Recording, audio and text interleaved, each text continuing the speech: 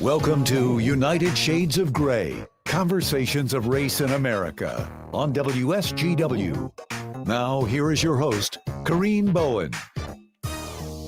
Good evening, ladies and gentlemen. Welcome to another edition of United Shades of Gray, Conversations of Race in America. I am your host, Kareem Bowen, here with you for another time of great conversation. I'm not sure what's so funny, but I'm looking at... You got to slow down when you go. Good evening, ladies and gentlemen. Welcome to another. You did it last week, too. Good evening, ladies and gentlemen. Welcome to another edition of United Shades of Gray. There it is. Radio voice right there. Okay, there we go. Well, as you see, I'm not in the studio by myself, but I'm in the studio today with my producer, John B. in the place to be. John, what's good? Hello, hello. Hello, hello, hello. Well, we've got an interesting show for you today. We are going to talk about Wilmington, North Carolina, all of the amazing things. As I was looking at the news and all of the things that were going on and everything that was happening, and we're here, and our hearts and thoughts and prayers, actually, that was supposed to be the opener, are with everyone in southeastern U.S. We talked about them on last week. But the severity of the storm is really beginning to sink in, and looking at, man, the devastation. I have never seen anything like this. This looks almost post-apocalyptic. When I look at the devastation that's taken place just by water alone, this was not a hurricane wind kind of thing. This was all just the power of water and how you cannot stop water when it wants to move. And it is absolutely amazing. So our hearts, our thoughts, our prayers are towards those folks in Georgia and Western North Carolina in terms of what they're dealing with. Have you been paying attention to any of this, John? I haven't been paying attention to like the main coverage of it, but I've seen like posts and things popping up, especially about kind of the efforts of just residents nearby in terms of distributing. I think it's crazy. You see like dirt bikes and ATVs going out and distributing supplies in these like isolated areas. But in this world of great divisiveness, and I know both of us are over politics, but in this season where we are right now, where there's such a divide among Americans, these types of moments, I think, is when we are at our best. It's when we come together, we put politics aside, hopefully for the most part, and we take care of our fellow man, and we stand up for one another. We fight for others to have what they need. And I think that that's what makes America beautiful. When I think about America, some of the greatest times have also been some of the lowest times in the country. When we think about it, the first thing that comes to mind, probably for the two of us, is probably 9/11, when our nation was hit by terrorists, and we saw the best of America come forward. We saw us stand in solidarity. We saw us look out for the fellow man. And for a short period of time, we actually showed that we cared and loved each other. We looked as one nation under God. And so it was an amazing time. And those are the times that I really appreciate. And seeing what's happening in the southeastern part of our country right now, with hundreds of people confirmed dead, hundreds of people still missing. I was looking at one particular city, because I go through and I have all of the channels. So I'm looking at all of the little like outer skirts of, not the main cities, but the outskirt cities. And I'm looking at what they're reporting. And, some areas, 500, 600 people that are missing and unaccounted for is absolutely... Well, it's because they can't get to them. Well, I'm hoping that's all that it is. Yeah. But when you look at the landslides and you look how, these cities and these towns have just been completely decimated and wiped off the face of the earth. Then the reportings of the one plant that did not let their workers leave or gave them a very late leave, and how people were coming out of the plant being swept away in the floodwaters is just absolutely mind-boggling. So once again, we are praying for you all. We're going to be hurrying up and waiting. The road to recovery is going to be very slow and methodical.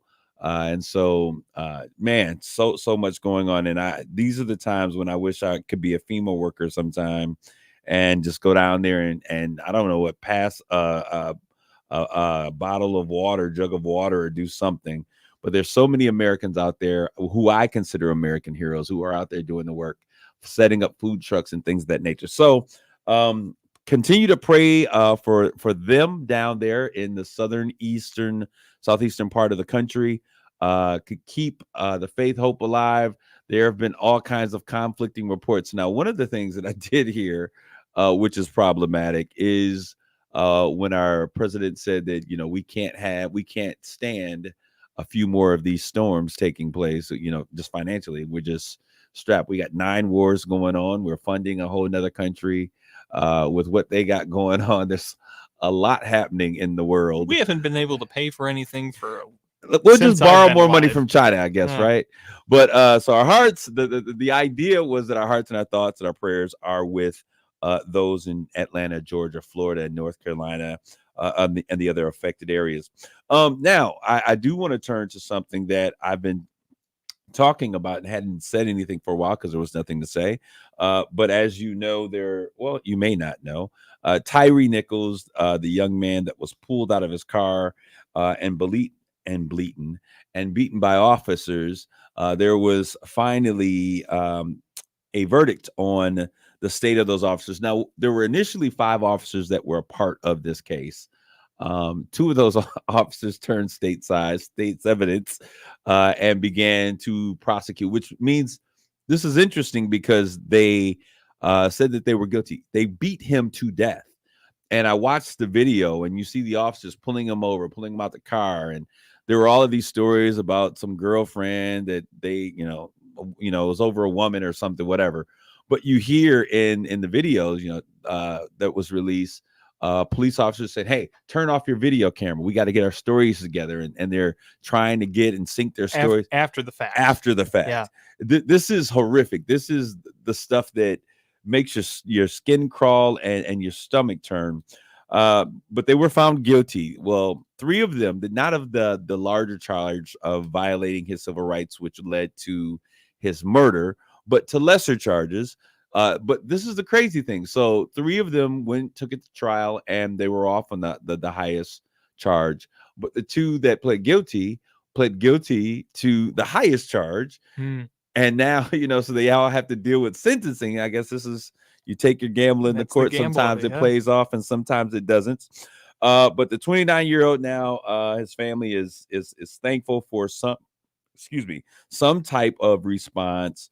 And it's going to be interesting to see what takes place, because there are now still these are federal charges. There are still now state charges that they have to deal with to find out what takes place there. But what we're going to see pretty quickly is those civil charges coming out. I saw my guy, Ben Crump, whom I've had the opportunity of speaking with on several occasions, just sharing like, hey, now we get to this. We'll have the civil cases. Our families are getting some type of response from the criminal justice system, and we can move on. Also, in like fashion, there have been new charges brought up on the police officers involved with the Breonna Taylor case. Really? New charges. Yeah. I hadn't heard of that. So we'll be talking about those pretty soon, because though they're going to be brought up on federal charges once again regarding that. And we'll talk about that as that comes. And that's something where they were completely exonerated from all charges. New charges have been filed and are forthcoming. All right. So the U.S. economy, if we're going to talk about it, I think that this is the closest that I really want to get to talking about politics at all, if that's what it is. But we will talk about politics. We don't want to, but we got to. It is that season. But the U.S. economy, according to paper, on paper, it is steamrolling. Chugga, chugga, chugga, chugga, chugga, chugga, chugga. No more I think I can. It's chugging along. The stock market and the Dow Jones are doing, record highs that they're doing there. We've seemingly staved off a recession, which has been a concern for all Americans across the board. We see first cuts of interest rate by 0.5%. Strong job numbers just coming out today. GDP, 10%. All of these great things when you look at it on paper. But how are people feeling? That's Wall Street. How are people feeling on Main Street? Kareem, today I received a piece of Halloween candy from a friend. It was one of those Whoppers, the malt ball things. Yes. And it was the mini one. So usually it's a little wrapper with 3 of them in it. This only had 2 in it. Shrinkflation is real. They've reduced the number of, I don't know if this was just a fluke, but I think it was shrinkflation. I think this is a sign that the economy is downhill. Halloween candy is shrinking. It's ridiculous. Yeah, you know it's bad when the kids, you go in and with the Kit Kat, they get 4 bars. I actually went to the store and now they have like 2 bars. So they got 2-bar Kit Kats. I'm like, what is this? So you call this shrinkflation? Shrinkflation. Yeah. So Wall Street is booming, and I often say this. We look at the numbers, and for years the stock market is breaking records. And I'm like going, how come we don't see this anywhere else? So if you go to the grocery store, those things have not changed.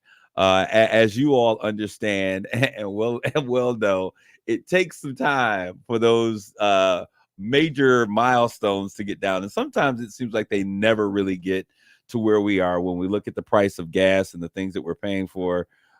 Heck, we're in a situation right now where, because of other wars that are going on and us being in everyone's business, over in the Middle East, we are now possibly in a situation where we could be in a full-scale war and see those prices of gasoline increase. So it'll be interesting to see what takes place. This is all a part of being an American. This is the cost of doing business in the grand old US of A. So on to the things that we all love to talk about and no one is tired of, because we just can't wait to get more of this information. Election 2024. I'm sharing this on today because the candidates are coming to the wonderful Great Lakes state of Michigan. And on yesterday, I happened to be out on campus at Saginaw Valley State University, home of the Cardinals. And I was like, why are there so many people on campus? Like, what's going on? I'm trying to get to campus. There's police officers blocking both sides of the roads in and out. Well, someone forgot to notify me, or I didn't listen. I didn't know either. You didn't know either? No. So I get to campus and I'm talking to students. I'm like, where are all the students at? And so number 45, Donald Trump, was on campus at Saginaw Valley State University. Did not know it, but soon the students say, oh, you got to watch it. So we're watching it. And I'm dying laughing because I see so many of the students. They're probably about 50 or so inner city black men that were like, hey, we want to go to the rally. And guess where they got positioned? Right behind Donald Trump. Oh, yeah. Yeah. Talk about good placement. I'm going to tell you right now, the next time I go to a Trump rally, I want preferred seating as well. And I think as a black man, with this new line that were the blacks for black men for Trump, I might get preferential treatment as well there. But yeah, so I'm watching them and they're texting in real time to be like, hey, can you see me on? Can you see me? I'm on TV. And it was the most funny thing. But I was sitting there and I listened for quite a while. And I was just, one thing that I'm going to tell you, and I say this all the time, I think number 45 is wacko. But one thing that he is also is good for TV. He is hilarious. He's quick on his feet. He said something to the tune of, oh, have you seen Joe Biden? He's declined. He's almost dumb now. Well, Kamala, she was born that way. And I sit there and I'm like, I'm appalled and laughing at the same time. But it's just, I was blown away. But it was a great opportunity. The students were able to partake in the event that on yesterday. Absolutely jam-packed at was it the Writer Center or whatever it's called? Jam-packed in there. So that is what's happening. So he's in town here. Kamala Harris is in Flint, Michigan. She'll be meeting with some of the leaders of the Arab community. I couldn't understand why she would come to Flint to do that and not Dearborn. But hey, it is what it is. But we will be seeing probably these candidates several more times, as Michigan is one of those do or die states that they must win. Everyone must have. Now, I do have a question, Jonathan, and this question is, have you heard the statements or the excerpts from Melania Trump's book that she's releasing. I heard commentary about it. I Have haven't you heard heard the word the specifically. commentary or any of the excerpts from the Melania Trump booklet that they are now offering to come out? What is this? What is that? Help me help myself. Well, anyway, so now her husband is the one that kind of sent Roe v. Wade packing, and she's now. I was listening. She was very emphatic that a woman should have the right to determine if she's going to have an abortion or not. And I was like, this woman doesn't like that man. There was a whole spectacle a couple of years ago when I think they were coming off of Air Force One or something a number of years ago. And he tried to reach for her hand and she pushed his hand away. Did you ever see that? Yeah. Okay. So I'm wondering if she's just like, Donald, I am so over this. But you are such a pig. I can't take it anymore. I'm going to make my own money and tell my own story, Donald. How did I do? I've never heard Melania Trump speak. So as far as I'm concerned, you nailed it. But she came out with that position, which is so different than I know. I am the Eddie Murphy of 2024, right? My impersonations are amazing. Thank you, those of you who are listening via social media out there. Like, this kid is crazy. But yes, I thought it was interesting that she would take such a strong position, and why put this out a month before people go to ballot? I don't think she wants him to win. There's a couple things that I think about this. One, that's pretty convenient for Trump's standpoint to have his wife come out and say, no, I support. So people who aren't convinced on the Democrat side might be able to, okay, well, maybe she's got a little bit of pull with and she him. Can leverage. Yeah. And also Trump has made it clear he just wants it back to the states. And that's what he wanted to accomplish. And through his Supreme Court appointments, the issue was thrown back to the state. And he also has said recently that he would not sign a federal abortion ban. Yeah, so he would, then he wouldn't, then he would, then he wouldn't. But he never said he would. He was asked 100 times and he never answered the question. I'll give you that. This is my issue though with pushing something back to the states where those states are still in the 1950s. A lot of things, if you push them back to the state, could be quite horrific, because the oversight and the reason why federal government were giving certain things were for the purpose of the fact that the states were not necessarily doing such a great job in terms of providing opportunity and equity, especially when it came to folks of color and women as it related. So this issue of Roe v. Wade was one of the reasons why those protections were given in the federal government. Now, as I've said before, I'm fighting a fight that I don't have a dog in, other than the fact for folks who believe and think that they have the right to control their bodies and their decisions. I stand with them on that. But I certainly believe that this world has so many things that we are separated on, and I just wish people would just be allowed to take care of their own business.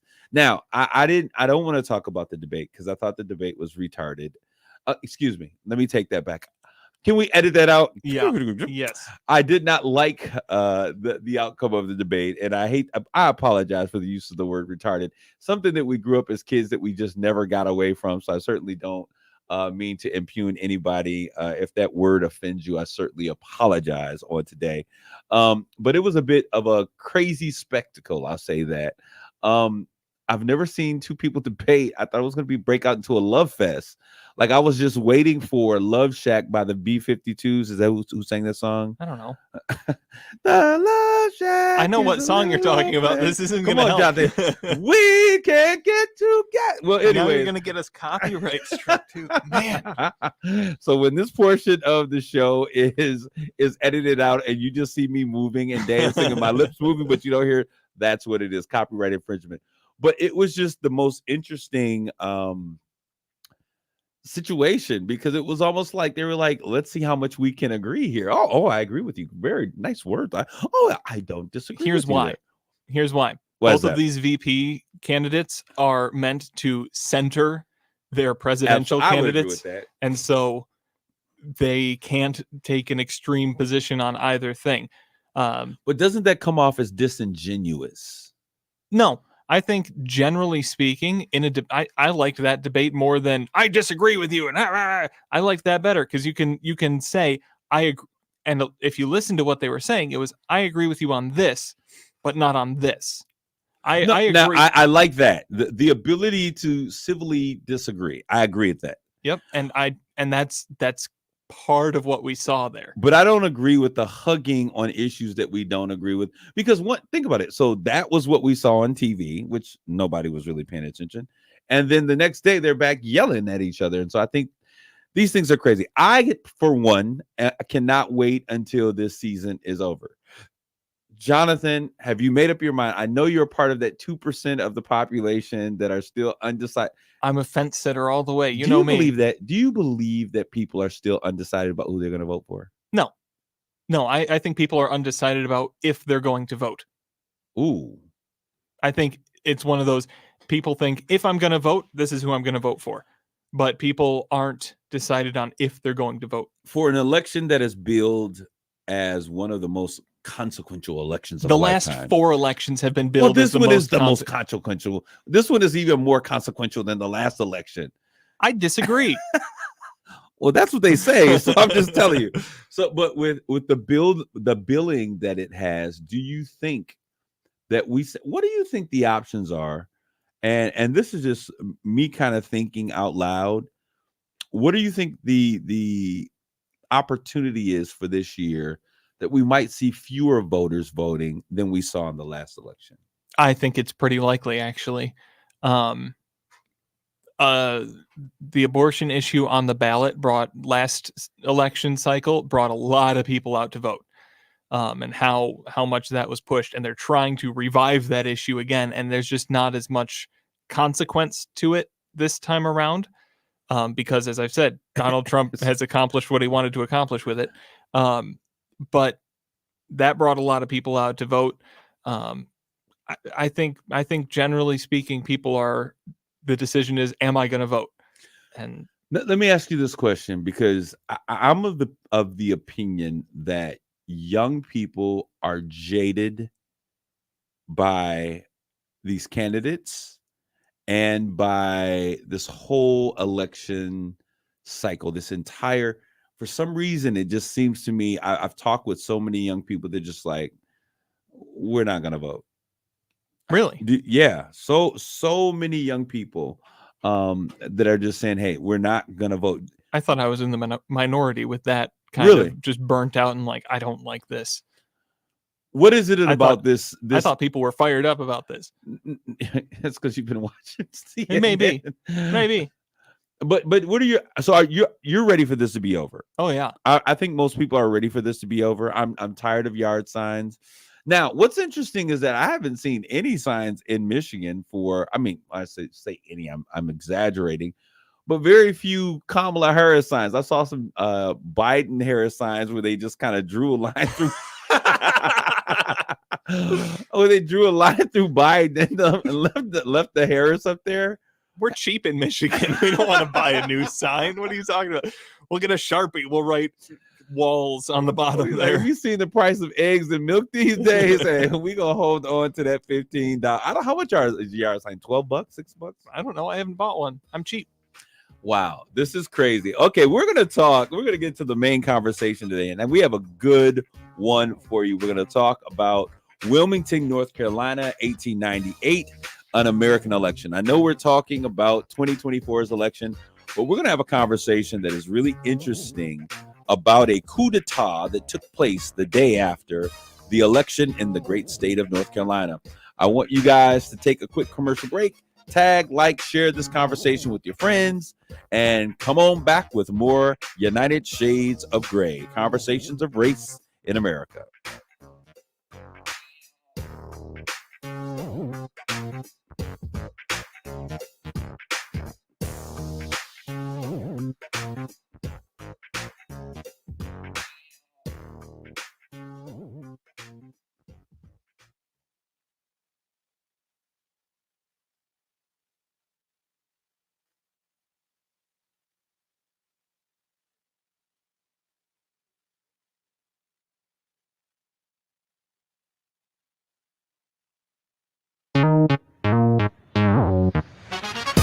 You're listening to United Shades of Gray on WSGW. This is Kareem Bowen. We are back with more United Shades of Gray, conversations of race in America, Mr. Offensive himself. So here we are. We're talking about, I think it's a really interesting conversation, Wilmington, North Carolina of 1898.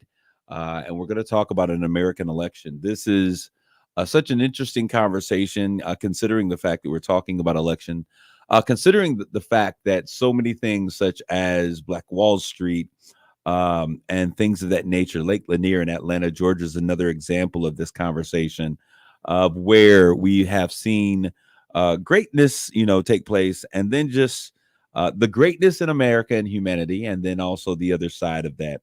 But in the late 1800s, in Wilmington, North Carolina, it was the state's largest city at the time, and was a thriving city, mostly populated by African Americans. This is post Reconstruction and all these other things that are going on.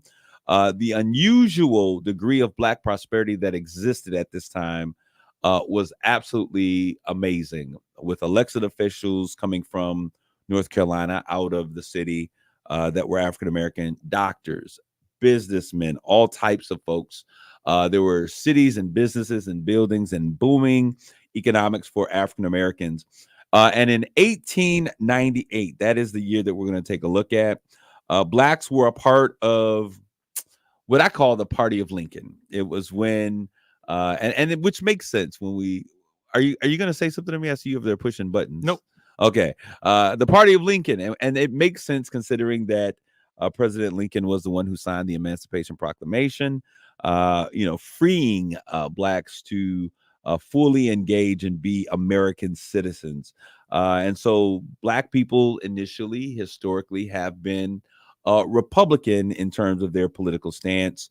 And it was the Democratic Party that was often referred to as racist or, white supremacist in their nature. But in North Carolina, Republicans were successful in doing a number of things and initiatives and bringing equity to the political scene because there was a third party. Wow, I wish there were a third party. What would you want? What third party? What would you want your third party? If there was a third party, what would you want it to encompass? I've voted third party before. Okay. Which party? Constitutionalist Party. Okay. And their platform, usually, I don't agree with a lot of their candidates this year, but usually their platform is very much small federal government, kick things to the states. Let's go back to the Constitution, the founding document of our republic that everything is supposed to be built off of. That's usually where I line up, and that's the third party I would go with, usually. Well, this year, had you heard about the No Labels Party? No. Okay, well, the No Labels Party, they actually reached out to me. I knew some people that were in it, and they reached out to me, and they were really talking, a lot of common sense. Some of the very, things about fiscal responsibility from one side, and then, issues of social justice and welfare, and taking care of our people and making Americans first, which I'm sure you've heard that a million times. Those things are things that appeal to me as an American. I think that we're one of the greatest nations in the world. I do believe that immigration is an important part of what we do. I think that we should slow down the process just a little bit, and so that we can really take care of some of the issues that we have here central to home. I believe that our wars are best fought on our own fronts and battles since we have so many things going on. So the No Labels Party almost got me this year until they picked their top man at the ticket. I was like, I'm jumping off. They could not seem to really focus in on a true presidential candidate. I think that where I felt my vote would have really counted. So there is a third party that really assisted the Republicans in 1898 to really be able to be successful in what they were doing. A populist party that was basically a whole bunch of farmers that were fed up with rise in stock prices and all of those other things. And so they teamed up with the Republican Party, and this populist party also include a number of African Americans that were a part of this party. They partnered together with this populist party to form what was called the Fusion Party. How appropriate, right? That's not a very 1898 word. It's very forward thinking. Yeah. We are the fusion party. And so this fusion party was an example of whites and blacks coming together to rule and to think about economics and the things that were important to us, and race becoming a secondary factor in how they led and governed and all of those other things. So in 1898, this fusion party won the majority, like every single one of the seats. And it's the Republican Fusion Party. They won every seat that they ran for, in which would be a completely political landslide. I don't think we've seen anything like that in modern history. But every single seat that they ran for, every office they ran for, they won. And we began to see the Democratic Party flailing. Like, what are we going to do? Could you imagine in this election cycle if the Republicans won every last seat that they were running for? What would our government look like? And you could imagine how the Democratic would be like, oh my gosh, we got to break up this coalition. Well, the same thing is what took place in 1898 after this political butt whipping. The Democrats were saying, okay, so what can we do to really change the landscape? How can we break this party up? And as with another book that I showed you all, The Bacon Revolt, we talked about that a while ago. They appealed to the least common portion of ourselves and said, hey, if we can get those farmers, those white farmers, to separate, and we get rid of them, and we can break up this coalition and their affinity and their partnership or their alliance with black folks, we could really have something that is very powerful here. And so we began to see, because they began to set a number of reforms. This was the issue. Not only did they get their behinds handed to them politically, but there were also a number of reforms that these groups of folks were doing with blacks and white people ruling together. The Democrats were not just defeated, they got their behinds handed. So there are a couple of individuals that I want to share names. And some of you, I know some family members of mine that will hear this, that are down in Wilmington, North Carolina, will remember some of these names. But Fornifold Simmons, who became the future U.S. senator from North Carolina, Charles Aycock, which became the future governor, and then Alfred Moore Waddell. Alfred Moore Waddell. That's the name. Where was that? It was on one of the state buildings. There was a big plaque with Alfred Moore Waddell outside of one of the cities. I think it was a government building, not a school. But anyways, they were luring away these populist whites away from this coalition and partnership with the Fusion Party with African Americans. And the plan was to consolidate the white vote. Did you find out where it was? No. Oh, I'm sorry. Okay. Well, and so this is one of the reasons. We'll get to that later. But the idea was to consolidate the white vote. It's interesting how the more things change, the more they stay the same. So the idea was to consolidate the white vote by stoking fear and anger, that otherizing thing. And so Mr. Waddell said this. He said, "This is a white man's country, and white men must control and govern it." And then they began to use media. And this is where I think that what John and I do with this responsible broadcasting and our evenness in our conversation is so vitally important, because no one else on the radio air does this like we do this. And I'm sure that you know, because you listen to us all the time, right? So anyways, I think that one of the interesting things is that they began to use media. And then this particular situation, we're talking about print media. It was the way that people communicated, in particular, political cartoons. And do you remember political cartoons? Yeah. Oh, yeah. Do you? Political cartoons are studied in high school. Like I remember going through units about like dissecting political cartoons. Really? In history. Yeah. Yeah. Well, I actually kind of lived through political cartoons when they were actually be in the newspaper, when there was such a thing. There's some countries and cities out there. Some of you still have newspapers. Shout out to those who still have newspapers. Everything is online, actually printed papers. But so the satire and the comedic humor of political cartoons was such an important thing, and it was funny. And so we would read those things, and they use these as oftentimes to begin to stem the tide and turn and split and consolidate the white vote. They played up on the fear of the Negro rule identification, even though most of the Fusion Party that existed, most of those leaders were white individuals. But they began to put things out there like this one, and this was huge: protect white womanhood. And this was something that echoed the national sentiments across the nation, the idea of black men wanting white women.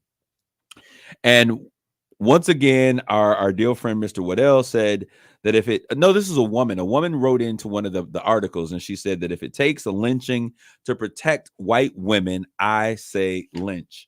For those of you who are unaware and you don't know what lynching is, that's when they would basically murder black men for whatever crime that white America felt that they had created. Oftentimes, there's a song that is a really interesting song. So if you're listening to this, the name of the song is Strange Fruit by Nina Simone. And I believe that once later, Billie Holiday also did the same song, but it talks about, I think it starts off singing black body swinging in the poplar tree. And it talked about how those black men that were being lynched were like strange fruit hanging from the tree. But anyways, this became the way that they began to dissociate and break the bonds of this fusion party and blacks and whites working together. Alex Manley, who was the owner of a press, the press or the newspaper was titled The Daily Record, which was, as I said, a black press. He responded to the lady's comment about protecting black women, protecting white women at all costs. And he said something to the effect that there are some cases, all black women or white women that are with black men are not because they have been dragged off into the woods, but many of them have decided and chosen with great admiration and desire to be with those black men. Well, you could imagine that the mission that was set out by the Democratic Party to cause and stoke fear and use anger and those things to separate this fusion party, mission accomplished. And just a few days after, just a few days before the election, white voters were super duper angry. They were angry. Black and Republican voters were thoroughly harassed. Those who were going to the box to vote, they were thoroughly harassed. There was a paramilitary group that came about called the Red Shirts. And this is so crazy that we're talking about the Democratic Party where there's so many black people that are part of the party now. That didn't take place until, decades later with Goldstein, who was a racist that was running in the Republican Party. And they said, hey, if Goldstein becomes our candidate, Goldwater, not Goldstein, Goldwater, if Goldwater becomes our candidate, then it's going to cause a split in the party. And blacks left in mass number and became Democrats from that period of time when Goldwater was running. But before then, we were Republicans historically. So these red shirts were harassing blacks and folks from the Fusion Party and keeping them from the ballot blocks. They blocked blacks from voting. Waddell stirred up a crowd one time, and he said, Negro office holders need to end at once, even if it means choking the current of Cape Fear River with their dead bodies. There's been stories in past of black folks being murdered and thrown one into the Mississippi River. Now we have here the Cape Fear River as a part of that. Democrats won all of the seats that they ran for. Every last seat this year, Democrats won them all. And the seats that were not up for election that they remained in, they continued to operate and to do what they could. But the idea for the Democratic Party was not just to win a landslide, but the idea was to make it white control. They wanted to end black participation in politics in the great state of Wilmington. And so as we look at this, they said, what we did not finish, we've got to control. We've got to get rid of all blacks. And so on November 9th, and this was the day after the election, they came up with something called the White Declaration of Independence. And it's crazy because until I was reading a particular book, I had never heard of this before. So it made me kind of research. And then when we were looking like, hey, what are we going to talk about? This is a great time to talk about this. So they wrote what was called the White Declaration of Independence for Wilmington, North Carolina, and essentially it was a coup d'état. A coup d'état, I like saying that word, coup d'état of 1898, and it basically said that blacks would be banned from ever holding office again in Wilmington. That manufacturing jobs that were held by blacks would be giving up, the majority of those to white workers. And then Alex Manley, this is the man who owned the printing press, the Daily Record. He would be made to leave town, forced to leave town in 24 hours. With after that 24 hours was up, they marched over to the Daily Record, which was the printing press in which he owned and was operating. And he made that response that was offensive to to all of white women and white America, about black men being desirous of white women. Emmett Till, once again, supposedly whistled at a white woman and was killed. So this was a prevalent thought in the community. And they set the Daily Record on fire. And as Manley fled town. This is interesting because I don't know what it was, but there was an obsession with burning down things as it related to hatred. You know, some things you say, hey, why tear down a good business? I'd clean it out, take it over, and run a different business out of it. But they burned it down to the ground. They destroyed the only means that Black Americans were utilizing en masse to organize and keep themselves informed with what was going on in the world. The white mayor and aldermen were forced from office. Those were the only two positions that were not up for election. So as they were yet in office doing what they were doing, they were forced from office by the Democratic Party, and new folks were elected to fill those positions. Now, so when we talk about the new politics and we talk about those individuals that were at the center of what was taking place, we then see Mr. Waddell. What was Mr. Waddell's first name? I can't remember his first name. Alfred Moore. That's the name of that's on that building down there. Alfred Moore Waddell, who's the man who said, hey, let's fill the blood with the river with their dead bodies. He became the new mayor of Wilmington. Whites were so angry that the anger then spilled over into the streets. And then we began to see the mob mentality, which often takes place in these particular situations, spilled over into the streets, and they started killing blacks. And many of them were thrown into the very river in which they said that number is highly contested. I think reported it's somewhere between 40 and 60 African Americans were thrown into the river once murdered. But those reports, of course, by African Americans tend to be much higher. Many other blacks hid. They hid in the wooded cemeteries that existed in the community, but thousands upon thousands of them left Wilmington, North Carolina, never to return. The Democratic Party then, after all of this takes place, presented magazines with covers and images of victory, with pictures portraying blacks as the protagonists, the instigators of this event, which was, as we all can understand by this, a gross misrepresentation of the facts. Wilmington never gained its black majority population ever again. Jim Crow laws and poll taxes, which were being instituted in other places in the South, were quickly instituted in these particular areas, keeping blacks from voting. The spirit of black opportunity was crushed, and black representation in politics was now completely over. And it would be a total of 90 years. That would be 1992 before North Carolina would ever elect another black congressperson in the person of Eva Clayton in 1992, who won her seat by special election. And the history books, history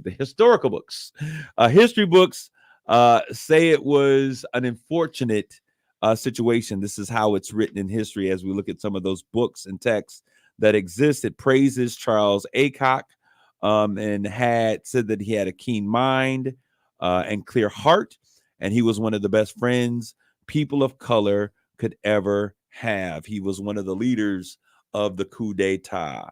The legacy of Wilmington continue and remains on many of those things that we see.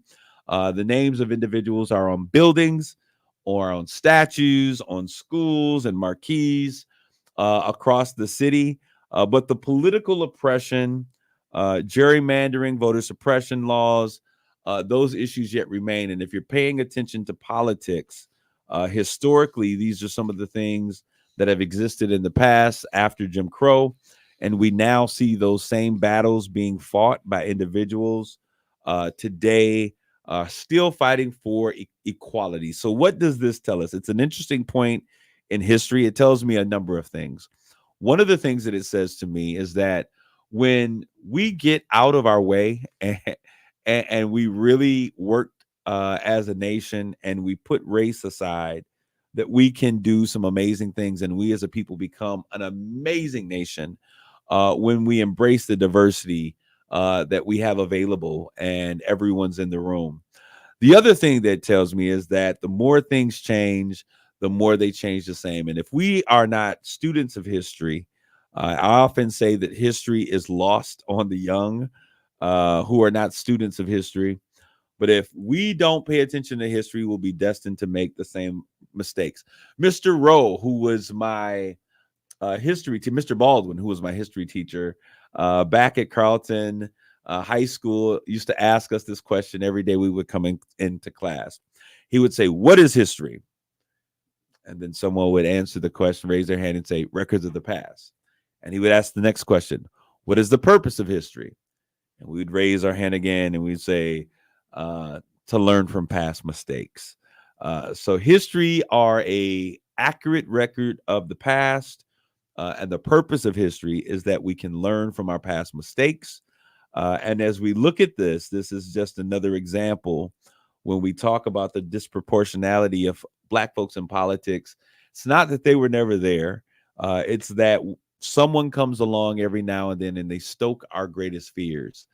And when you look at Jonathan and I, who have the ability, I really like Jonathan as a way. I mean, I joke with him a lot, but I really, really enjoy him being here.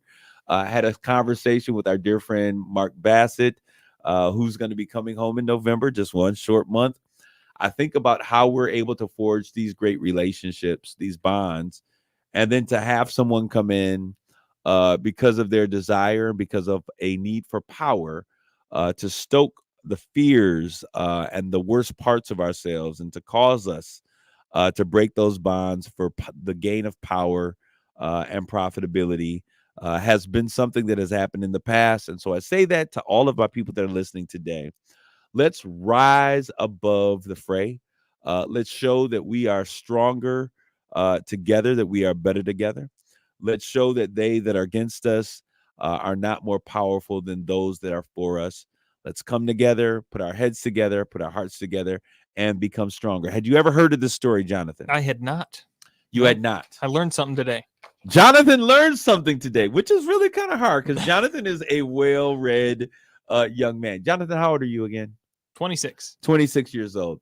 And I'll say something to you. As me being just on the other side of 26, almost 26 times two, it's interesting because this was something that I had never heard.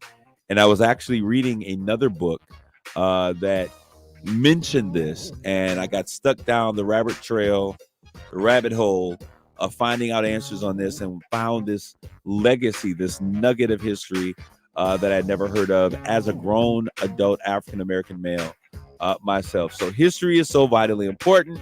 As my teacher used to say to me, I will ask of you, what is history? It is records of the past. What is the purpose of history? To learn from past mistakes. I hope you guys have enjoyed our program on today. Take care of yourselves and each other. God bless you all. Grace and peace.